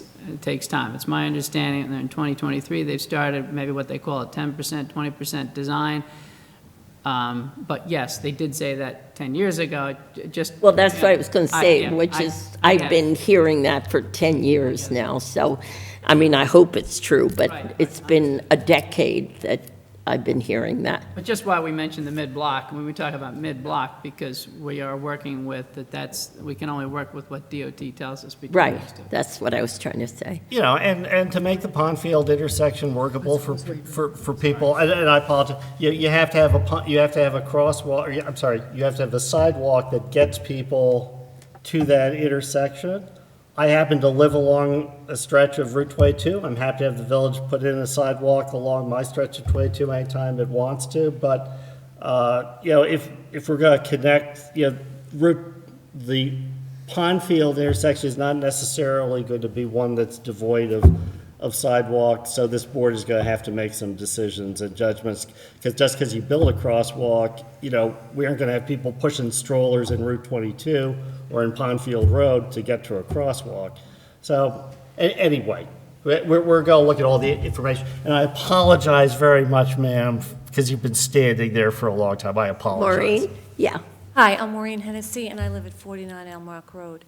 It was stated in your article in my hometown, Bronxville, that the village retains an easement at Paddington and Ridgecroft. Mm-hmm. And my question to you is that easement on file with the county clerk's office? And if it is, when was it filed? We have documents here, Jim. You and I found them, Jim Palmer. Yes. Jim, I believe technically It's a right-of-way. it's a right-of-way because that was never private property. The village always owned that as a right-of-way for a street. So Right-of-way and an easement the same thing? no.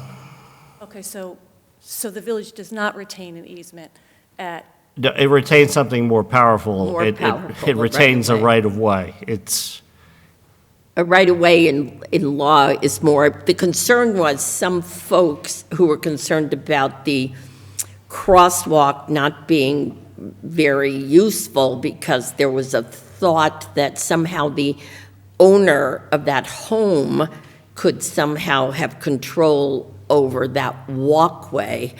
And if I used the wrong term, I should have used the more legally enforceable term of right-of-way. The village has a right-of-way, which is a step above an easement. But the message was to clear up, because I had some folks come in and say, oh, the person who owns that particular home could close off that safe passage. And I was just trying to kind of say, no, that can't happen. Okay, so that homeowner, that area, I've walked through there a million times because I've lived on the corner of Elm Rock and 22 for 26 years. So I'm very familiar with everything that goes on that corner. I've raised my 3 children here. They've all been born and raised in that house. So you're saying that we're walking through, the village owns that property? So if I bought that house, I only own that driveway, and then the village owns? I just want to understand. The village would retain a right-of-way, that could not be. Counselor, to make sure I'm saying this correctly, I want to be careful. The issue was folks thought that somehow the homeowner could close off a passage, and Jim Palmer went and found all the documents. And I know it's not a Q&A, but no, Yeah. it's a right-of-way. So if the village actually had to put a road through there, it was originally Ridgecroft before it became Paddington. Ridgecroft extended all the way down. The village has retained the right-of-way. Yes, if you went to the county clerk's office, Division of Land Records, online database, you could probably query it and you could bring up that it's a right-of-way. Interestingly, back in the 60s and 70s and 80s, the property owner who owns the land, there was a request made over time to improve that piece of property, and that case actually went before the village planning board at the time, and he was not allowed to improve the property other than put landscaping on it because the village maintains a right-of-way. So, but yes, it is a right-of-way. It was, if you look it up in the land records, it would show up as Ridgecroft. But essentially, there was a request, yes, and if there was a request to demap it, and there was at one point in time, the planning board didn't even present it to the village board. So there were there are improvements, but anyway, privately owned, but we have a right-of-way, and the village could put a road there, through there if it needed to, is what that says. So the private driveway sign is not really correct? Is that right? Yeah. Well, it's their private property, so they could say private. Put it this way, the village has a right-of-way through there. So the question was, people were concerned that the homeowner could cut off that whole passage, and they cannot. That was what I was trying to clarify, that we do have the documents of a right-of-way. Thank you. Yes, sir. Have you had, Maureen, have you had any trouble ever passing through there recent, like, I'm just curious. Have you ever seen they've tried to? Okay. No. Okay. Yes, sir. Hi, thank you. Steve Zanettos, 2 Dusenberry Road. I also just want to briefly address the Route 22 crosswalk. As you know, I've been here before. I'm in opposition to it. My bigger concern, maybe echoing Ed Riley and Justin Smith, is just really the cost-benefit analysis, right? We don't feel that our properties and our property values and our rights were really well regarded in the process. I do realize you claim, the first 10 feet along the road are state property, but if you're basically requiring us to maintain it, to clear it from snow, to incur liability, we kind of view that as our property. We can differ on that, but from a cost-benefit analysis, we just don't feel like the negatives and the negative externalities were taken into effect. We realize there may be various propositions and, documents signed by others who are in favor of safe streets, and everyone's in favor of safe streets. But when it comes to, do you want to put a sidewalk on your neighbor's property? Do you want to put a flashing light outside Mr. Kelton's, I think it's 39 feet, we measured it today, from his living room and his kid's bedroom? That's the question that really needs to be asked of others when they look at a project like this. There are negative externalities, and there are very many of us in this room who are going to bear those externalities. So when you look at the pros and the cons, please make sure you look at the counts of traffic. I think those of us who live there don't feel that the counts are all that accurate. I do believe the counts were made from Duesenberry, Paddington, and Fordle. Now, this isn't going to extend to Fordle. So if you're counting that traffic as justification for the crosswalk in front of our properties, maybe we're not meeting the state requirements. The state requirements were barely met in terms of the number of kids and the number of adults crossing within a 1 hour period. Barely met. I think also in terms of stopping sight distance, it said likely has been met by the state requirements. It didn't say it was met. So, you do have tractor trailers, double-length buses traversing on 22, often at speeds, mostly at the speed limit, but sometimes above. Stopping sight distance is important, right? So in summary, if you're going to spend the taxpayer money, diminish our property values, you have to really make sure it's worth it.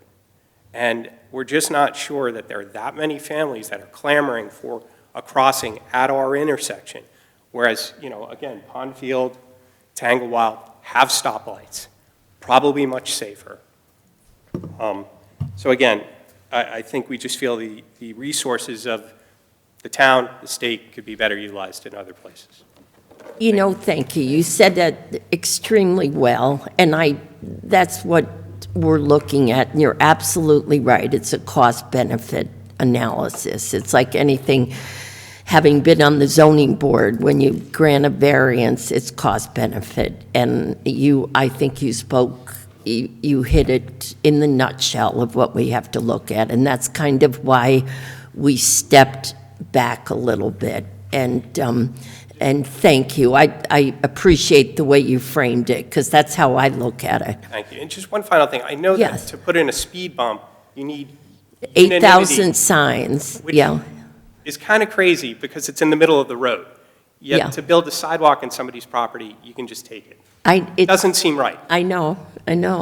Yeah, although just for context, there used to be an absolute ban on speed bumps. So actually when we passed that policy, it was actually to sort of give some possibility for there even to be speed bumps as opposed to a blanket violation. But I concur with the mayor, and thanks for everyone showing up and sharing their views. No, I appreciate, honestly, I can tell you there's just no sub-agenda. We're trying to do our best on this one, and, have we done it perfectly? No. And that's why we're trying to step back and look at, and it really is a cost-benefit analysis. And I hear you. And thank you. I think you said it perfectly tonight. Thank you. Are there any other comments? There's some other folks out. Anybody else? Thank you all. We're back here. Yes. Yeah. I'd like to address Frederick's assertion of fairness. Fairness is really the issue that everyone is talking about here. And it's not actual notice versus constructive notice. It's not about what you all, as our elected leaders, are subjectively deciding. What is really at the core of the fairness is the culture of this town. We all came here because we heard about Bronxville, we had friends, we had family here. Bronxville is a place that is unique. The culture is unique, and you all have a fiduciary duty to the members of this town, the taxpayers and the voters, to share and to implement what is in the best interest of the greatest number of people. Pareto optimality, the greatest good for the greatest number. So, Mr. Fredericks, when you say that a group of citizens mobilized and introduced an idea, in one of her letters, I forget which one, Mary Marvin talked about a petition of 60 families. Well, there are 6,000 residents in this town. So if the board is taking a special interest group by a group of people with a very nice website, and the petition was 60 people, and then hosted workshops, walking workshops, attended by members of State Street and by the president of the PTA, and there's a picture of people in front of my home looking at it with reflective vests. I never got an invitation to that workshop. Where were those invitations? Where was the greatest good for the greatest number? So with respect to all of you that we all voted in and that pay your salaries, no, I don't know whether you get paid, but I withdraw that cost-benefit analysis. I withdraw that completely. I'd like to say I probably spend 20 hours a week as a volunteer. I understand. And I apologize to you all for that. However, this was not, this process and the intentions of this board with respect to all of you, this was not done in the complete exercise of your fiduciary duty to all the citizens of Bronxville. I strongly disagree, and thank you, but I couldn't disagree more when we are such a small community, when 5 or 6 people come in and they have a thought, we pride ourselves on being such a small place, we listen to anybody. And when 60 people in this community come in, that's our job, is to listen to everyone, because people who have come in, 2 or 3 people have come in with great ideas. So thank you. The workshops, who was invited to the workshops and how was that list made? I don't remember how that, but I have to take exception that we do our fiduciary duty honestly every single day. So I have to totally disagree on that. Thank you. Anyone, a motion to adjourn? So moved. And a second. Second. All those in favor? Aye. Opposed?